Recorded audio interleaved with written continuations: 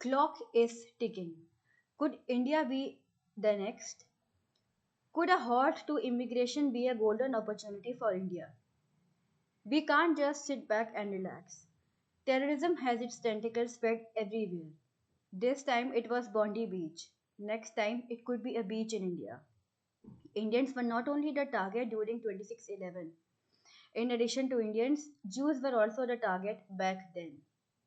A terror attack in Australia can have far reaching implications for India too, especially Indians living in Australia.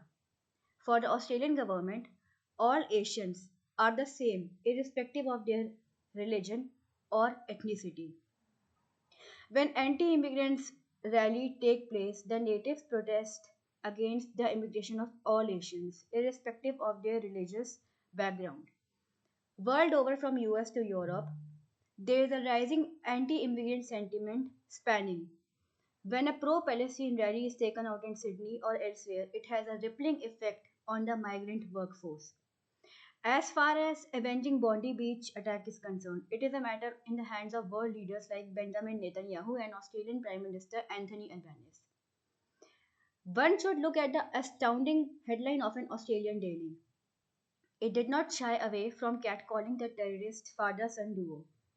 It did not care as to who would feel offensive, as it does not have to please or appease anyone. No wonder, near is the time when Australia would start doing racial profiling just like United States. In fact, the terror attack can be used as an excuse by the Australian government to justify racial profiling. And then no other country including India will have a right to question it. This could also hamper the great Australian dream which many Indians cherish to accomplish. The terrorists' allegiance to the Islamic State is nothing to be bewildered about. It is a well known fact.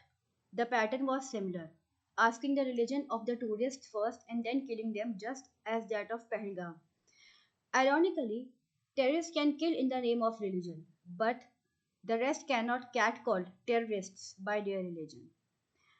A lesson should be learned by the Indian media, from the Western media, which did not get deterred by any influence and chose to publicly abuse the two gunmen.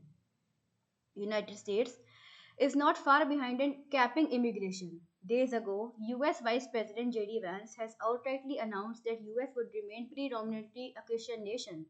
In fact, sorry, United States has listed down name of many countries from where it will not allow immigration. World over, countries are now tightening border control, taking measures to counter immigration through various means. United States is restricting H-1B visa acceptance. Canada and Australia are restricting PR distribution. Visa rejections have become norm of the day. Indian passport holders have lost their value. All this, in a way, has bring rejoice to the Indian economy as most of the young minds, though unsettled in their personal space, are forced to remain here. Another argument which can be drawn is that the first world is now no more a first world. Their economies are drowning, currencies are at their lowest, most of them are engaged in trade wars, higher tariff has disrupted their supply chains. Political chaos, government infighting, indictment, Epstein file disclosures has engulfed US state politics for quite some time now. It is now for India to avail this golden opportunity and become the land of golden goose once again.